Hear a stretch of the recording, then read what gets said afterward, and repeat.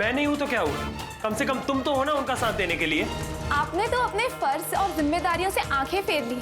Sir की गिरफ्तारी के बाद में सर के सारे समर्थक और कार्यकर्ताओं में बड़ा आक्रोश है। अब कोई कुछ नहीं कर सकता प्रदीप जी। अब जो कुछ भी करना है अदालत ही फैसला करेगी। अपनी राजनीति की जिम्मेदारी तो पापा ने माँ के हाथ में दे दी। उन्हें तो भरोसा ही नहीं है कि मैं कोई जिम्मेदारी निभा भी सकता हूँ या नहीं। भैया, आप हर बात का उल्टा मतलब क्यों निकाल रहे हैं? पापा माँ को बोलकर गए हैं कि एक नई पार्टी बनाई जाएगी।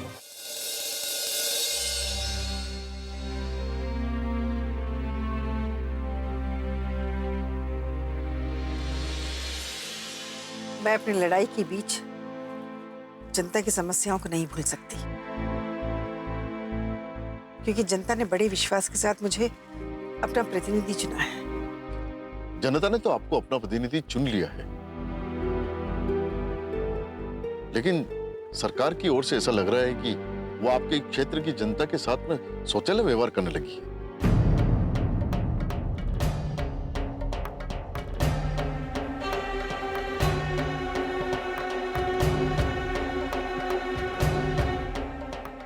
मुझे जनता को उनका अधिकार दिलाना है।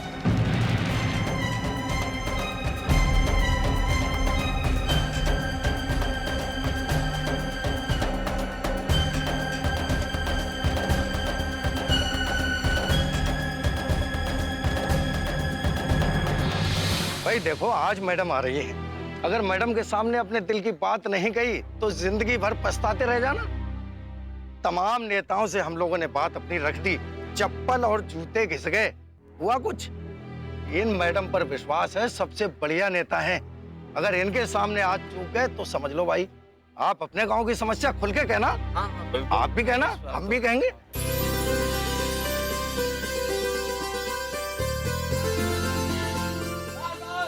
मैडम जी आ गई।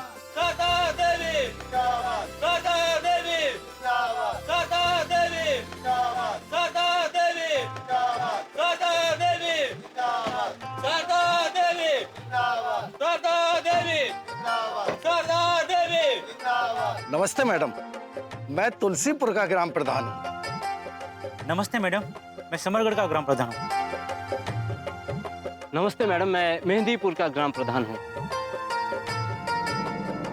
मैं जानना चाहती हूँ गांव की क्या समस्या है, आप लोगों की क्या समस्या है? मैडम, हमारे गांव की सबसे बड़ी समस्या ये है कि गांव से शहर को जोड़ने के लिए रोड तो बना था, लेकिन आज वो रोड बहुत ही जर्जर हालत में है। आप बिल्कुल ठीक कह रहे हैं। बरसात की वजह से रोड पर बड़े बड़े गड्ढे बन चुके हैं। हमें तो ऐसा लगता है कि सरकार इन बातों पर बिल्कुल ध्यान ही नहीं देना चाहती।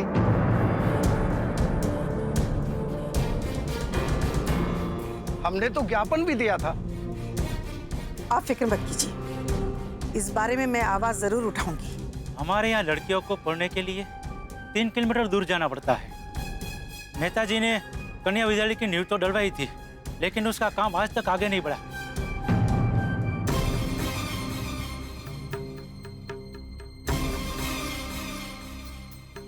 बिल्कुल सही बात है, लड़कियों की शिक्षा को लेकर पूरा देश जागरूक हो रहा है, लेकिन सुविधाओं के अभाव में कई लोग लड़कियों को दूर भेजना नहीं चाहते पढ़ाई के लिए,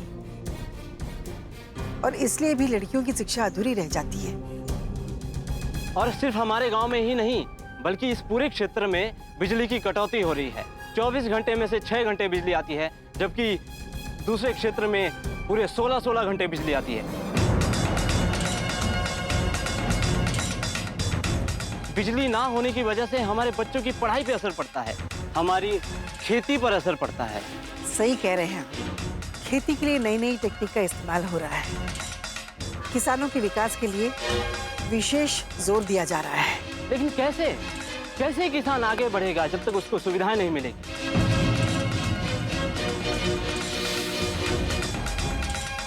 इस क्षेत्र की जनता आपकी तरफ आस भरी नजरों से देख रही है।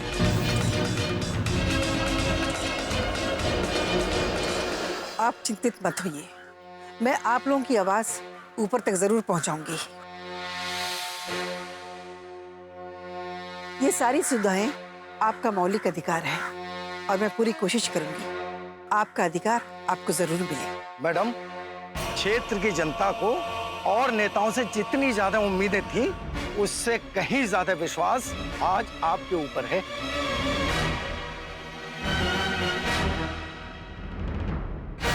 मैं आप लोगों का विश्वास टूटने नहीं दूंगी। प्रदीप जी, जरा नोट कीजिए इनकी समस्याएं क्या हैं, जिन पर हमें काम करना होगा। जी मैडम, जरूर।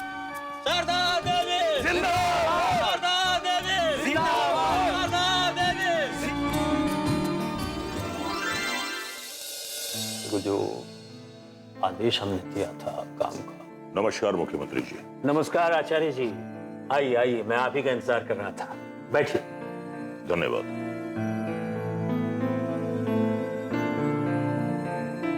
मैं आपसे कुछ बात करना चाहता हूँ। हुक्म कीजिए आचार्य जी, आप जो कहेंगे वही होगा। लेकिन हो तो वही रहा है जो आप चाह रहे हैं।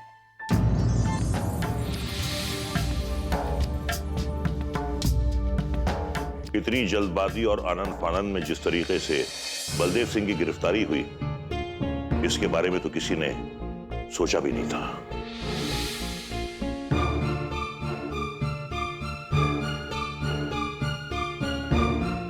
कैसी बात कर रहे हैं आचार्य जी? आप ही ने मुझे धर्म संकट में डाला और आप ही सवाल कर रहे हैं।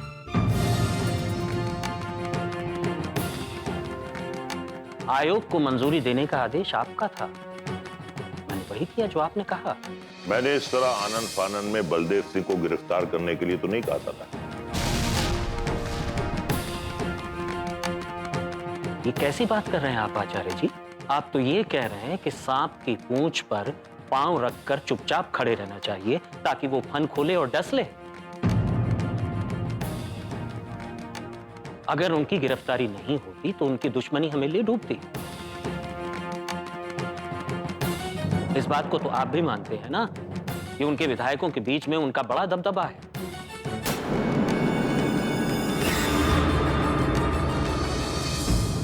और उनके दबदबे को कम करने के लिए उनकी गिरफ्तारी बहुत जरूरी थी।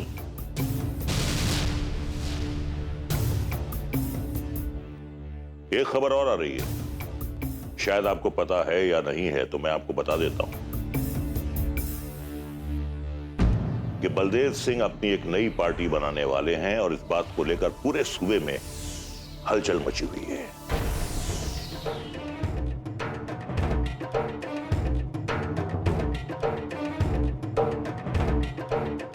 हाँ, ये खबर तो मुझे भी मिल चुकी है। तो इस बारे में क्या सोचते हैं आप?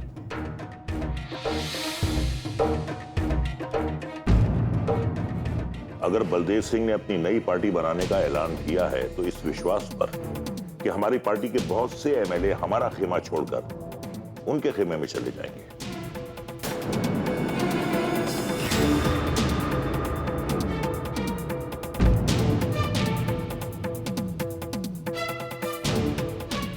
बलदेव सिंह ने अगर अपनी नई पार्टी बनाई ना, तो इस बात का ख्याल रखिए कि सबसे ज्यादा नुकसान हमारी पार्टी को होगा।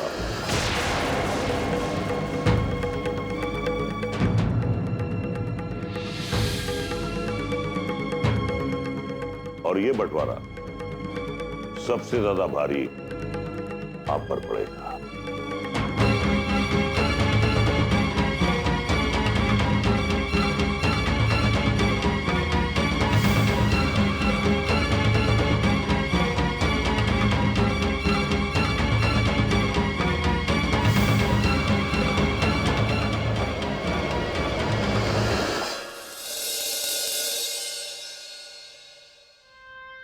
मेरा सबसे पहला कार्य यही है प्रदीप जी, अपने क्षेत्र की जनता की समस्याओं का समाधान करूं। पहले तो मुझे राजनीति से कोई लेना देना नहीं था, जबकि मैं राजनीति में आ ही गई तो मेरा कर्तव्य बनता है कि मैं इसे पूरी तरह से निभाऊं। मैडम, पार्टी का हर एमएलए मंत्री पद हासिल करना चाहता है और उसकी एक वजह यह भी है कि मंत्री पद हासिल करने के बाद में वो अपनी बात मनवा सकता है। जनता की समस्याओं का समाधान करना उसके लिए आसान हो जाता है। लेकिन आज आप जिस पार्टी की विधायक हैं, आपको तो पता है कि आपके प्रति उस पार्टी का रवैया क्या है। मैं जानती हूँ प्रदीप जी, जनता को इन बातों से कोई मतलब नहीं है। इसके लिए चाहे जो कुछ भी करना पड़े, जनता के अधिकारों के लिए ये लड़ाई मैं जरूर लड़ूंगी। इन्हीं सब समस्याओं को देखते हुए बलदेव जी ने एक नई पार्टी बनाने की बात की थी। पापा के सम्मान के लिए नई पार्टी का गठन तो होना ही चाहिए। और वैसे भी इस पार्टी में रहकर अब किसी को कुछ हासिल नहीं होने वाला है माँ। पार्टी ने जिस तरह से सर के साथ विश्वासघात किया है, उसको देखते हुए तो यही रास्ता नजर आता है कि हमें एक नई पार्टी बना लेनी चाहिए। लेकिन अरे लेकिन क्या प्रदीप जी, अगर पापा ने कोई फैसला लिया है तो उस फैसले पर अमल होना चाहिए।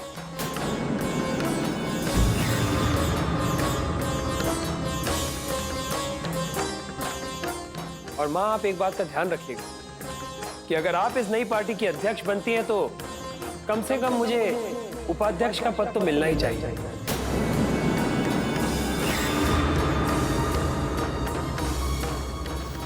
और मैं उम्मीद करता हूं कि कम से कम इस बार तो आप मेरे साथ न्याय करेंगे।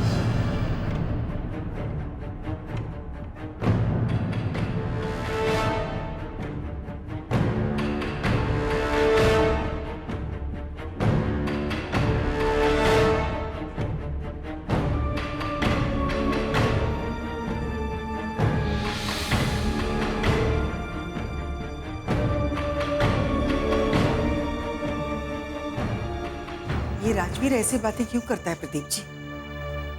ये तो उपाध्यक्ष की बात कर रहा है। मैं तो चाहती हूँ कि ये अध्यक्ष बने। आप जो कह रहे हैं वो ठीक बात है, लेकिन अभी भी सबसे बड़ा सवाल यही है कि क्या हमें नई पार्टी बनानी चाहिए। क्यों? आपने इस बात पर गहराई से नहीं सोचा और शायद जज्बात में आकर सर ने भी नहीं सोचा, क्योंकि नई पार्टी का गठन करने के पहले आपको पार्टी और पद दोनों छोड़ना होगा। छोड़ना हो? जाहिर सी बात है, आपको विधायक का पद भी छोड़ना होगा और पार्टी भी छोड़नी होगी। उसके बाद ही आप कोई नई पार्टी का गठन कर सकती है और हमारे हिसाब से ये बहुत बड़ी गलती होगी।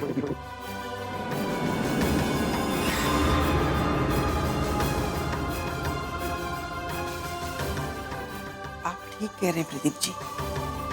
अपने पद से इस्तीफा देना मतलब जनता का अपमान है। जी मैडम, और ये और कुछ नहीं, ये खुद को कमजोर करने वाली बात है।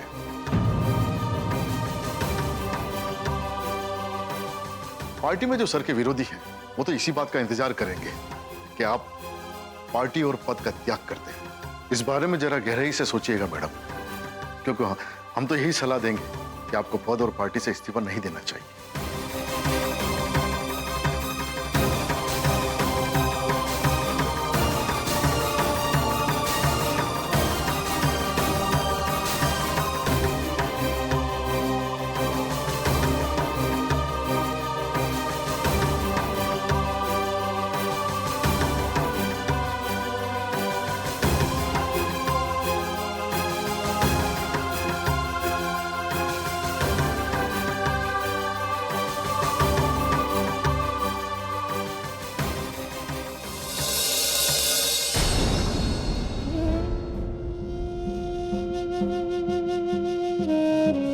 तुम्हारी बातें ना सोनाली, कभी कभी मुझे अपनी पत्नी की तरह लगती है। औरत जिसे अपना मानती है ना, उसकी हो जाती है, और जिसकी हो जाती है ना, उसके प्रति पूरी वफादार होती है। जिंदगी एक भंवर है।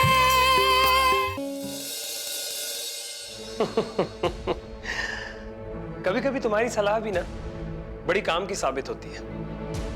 अब देखो ना, मां नई पार्टी बनाना चाहती है, ये पापा का आदेश है। अब पापा के आदेश को तो कोई टाल ही नहीं सकता, ये बात तो हम सब जानते हैं, क्योंकि पापा की कही हुई बात तो पत्थर की लकीर होती है। ये बात तो सही है। ये तो मुझे भी मालूम है कि तुम्हारे पापा का ना ये रुतबा रहा है कि वो जो कुछ भी कहते हैं ना, वो कानून बन जाता है। अब भले दुनिया वालों के लिए ना सही, लेकिन कार्यकर्ताओं के लिए तो वो कानून ही हुआ करता है। अब होगा ये कि नई पार्टी बनेगी और उस पार्टी में दखलंदाजी करने वाला कोई होगा ही नहीं, क्योंकि पापा तो है नहीं, और नई पार्टी को मां क्या संभालेंगी। हो सकता है कि माँ अध्यक्ष बन जाएं, लेकिन उसमें फैसले तो सभी मेरे ही होंगे। ये तो सच में बहुत बड़ी खुशखबरी है। और वैसे सच बताऊं सोनाली, मुझे पार्टी को लेकर बिल्कुल भी संदेह नहीं है, क्योंकि एक बार अगर पार्टी बन जाएगी तो जुड़ने वालों की तो लाइन लग जाएगी। मेरी शुभकामनाएं तुम्हारे साथ हैं। लेकिन एक बात हमेशा याद रखना राजवी, चाहे हालात कैसे भी बदले, लेकिन हमेशा खुद पर काबू रखना, क्योंकि तुम्हें पता है तुम्हारी कमी क्या है। जब तुम बहुत ज्यादा खुश होते हो ना तो तुम हवा में उड़ने लग जाते हो, लेकिन तुम ये भूल जाते हो कि पतंग चाहे जितनी भी ऊंची उड़ेगी ना, उतनी ऊंचाई से उसकी कटने की संभावना ज्यादा बढ़ती है, और फिर वो कटकर कहां गिरती है इस बात का अंदाजा लगाना भी बहुत मुश्किल है। तुम कहना क्या चाहती हो? यही कि जमीन पर रहकर कोशिशें जारी रखो। खुशी चाहे कितनी भी बड़ी हो, लेकिन ज्यादा खुश होने की जरूरत नहीं, और अगर गम बहुत ज्यादा है तो खामोश रहकर उसे सहना सीखो। तुम्हारी बातें ना सोनाली कभी कभी मुझे अपनी पत्नी की तरह लगती, रागिनी की तरह। फर्क है राजवीर, क्योंकि अगर रागिनी तुम्हें कोई भी सलाह देती है ना तो वो ये ध्यान में रखकर देती है जिससे तुम्हारे घर पर कोई आंच ना आए, तुम्हारे मम्मी और पापा को कोई दुख ना हो, क्योंकि वो उस घर की बहू है। लेकिन मुझे और किसी की खुशियों से कोई लेना देना नहीं, मुझे सिर्फ और सिर्फ तुमसे लेना देना है, तुम्हारी खुशियों से लेना देना।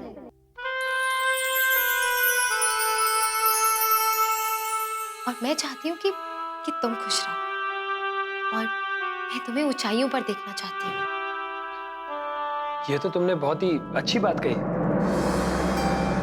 एक बात कहूँ तुमसे, औरत जिसे अपना मानती है ना, उसकी हो जाती है।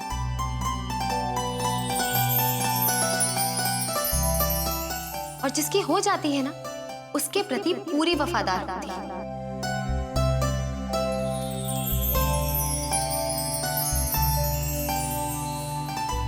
बस बात सिर्फ इतनी सी है कि वो अपने दिल के हाथों मजबूर हो जाती है, और अगर अपने दिल के हाथों मजबूर ना होना, तो सच तो ये है कि ईश्वर ने औरत की फितरत में ही राजनीति देकर भेजा है। लोग राजनीति के नाम पे राजनीति तो जरूर करते हैं, पर औरत के तो स्वभाव में ही राजनीति शामिल है। खैर, जिस दिन तुम मेरी ये बात मानने और समझने लग जाओगे, उस दिन तुम राजनीति में बहुत ऊंचा मुकाम हासिल करोगे। फिलहाल ये सब छोड़ो, मेरी तरफ से नई पार्टी के लिए ढेर सारी शुभकामनाएं। Thank you Sonali. अब बस ये देखना है कि माँ नई पार्टी बनाने का फैसला कब करती है, क्योंकि नई पार्टी के गठन का जश्न भी शानदार होगा, शानदार।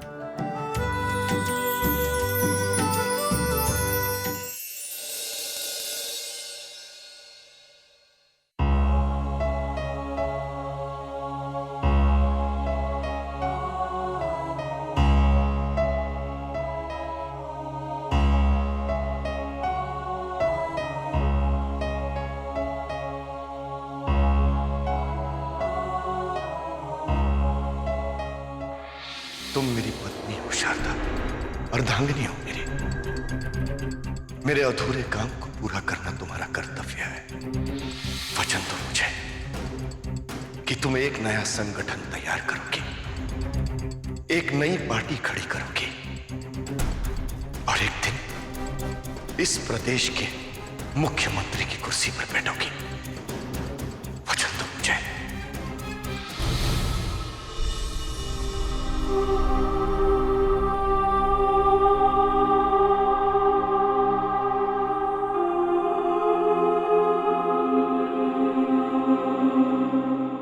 लेकिन अभी भी सबसे बड़ा सवाल यही है कि क्या हमें नई पार्टी बनानी चाहिए? क्यों? आपने इस बात पर गहराई से नहीं सोचा, और शायद जज्बात में आकर सर ने भी नहीं सोचा, क्योंकि नई पार्टी का गठन करने के पहले आपको पार्टी और पद दोनों छोड़ना होगा।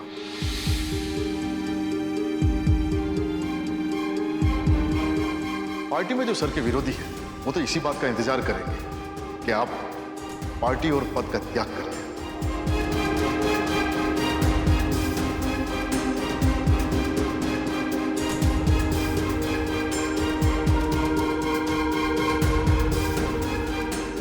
इस बारे में जरा गहराई से सोचिएगा मैडम, क्योंकि हम तो यही सलाह देंगे कि आपको पद और पार्टी से इस्तीफा नहीं देना चाहिए। अब चाहे कुछ भी हो जाए, मेरे इस निर्णय को कोई बदल नहीं सकता। जिंदगी एक भंवर है।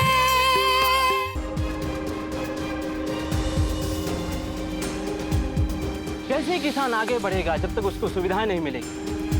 इस क्षेत्र की जनता आपकी तरफ आस भरी नजरों से देख रही है।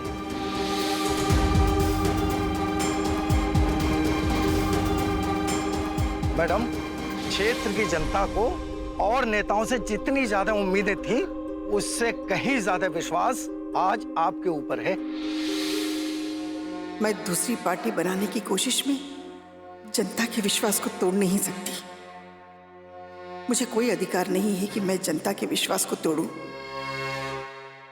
जनता के विश्वास को कायम रखने के लिए, जनता को उनका अधिकार दिलाने के लिए मुझे सही निर्णय लेना होगा।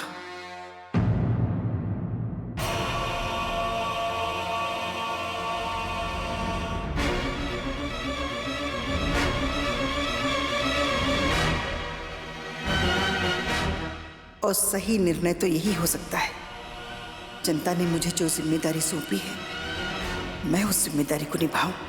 हाँ, मुझे यही करना चाहिए। सच्चाई की लड़ाई लड़ने के लिए मुझे अलग पार्टी बनाने की जरूरत नहीं है। बात तो तब है कि मैं इसी पार्टी में रहकर अपने पति की सच्चाई साबित करूं और एक बार फिर उन्हें उनका ओहदा दिलाऊं।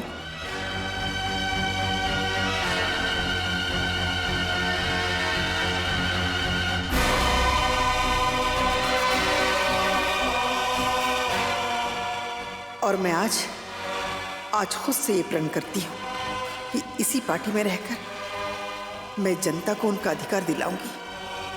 हाँ, यही मेरा फैसला है और यही मेरा प्रण है।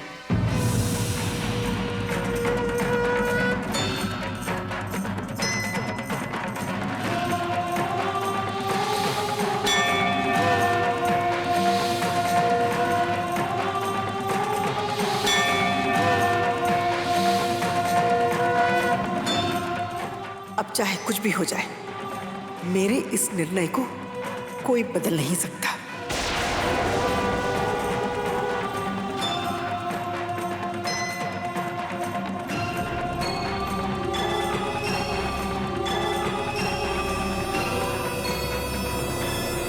तुम वही करोगी जो मैंने तुमसे कहा है, वही। दूसरी पार्टी बनाकर ही उन लोगों को जवाब दिया जा सकता है जिन्होंने मुझे इस हालत में पहुंचाया है। मैं उसी पार्टी में रहकर आपको अपना मुकाम वापस दिलाऊं। यानी कि तुम भी अब मेरी बात मानने से इनकार कर रही हो। कल तक राजवीर भी मेरे खिलाफ था और अब तुम भी वही करोगी जो तुम्हारे दिल में आएगा। कि किसी तरह से नई पार्टी का गठन की घोषणा हो जाए और शारदा देवी अपना इस्तीफा सौंप दें। बस इन्हें कोई सलाह देने वाला ना मिल जाए। और अगर माँ जी ने नई पार्टी बनाने के लिए इस्तीफा दे दिया तो ये उनके राजनीतिक करियर की बहुत बड़ी भूल होगी।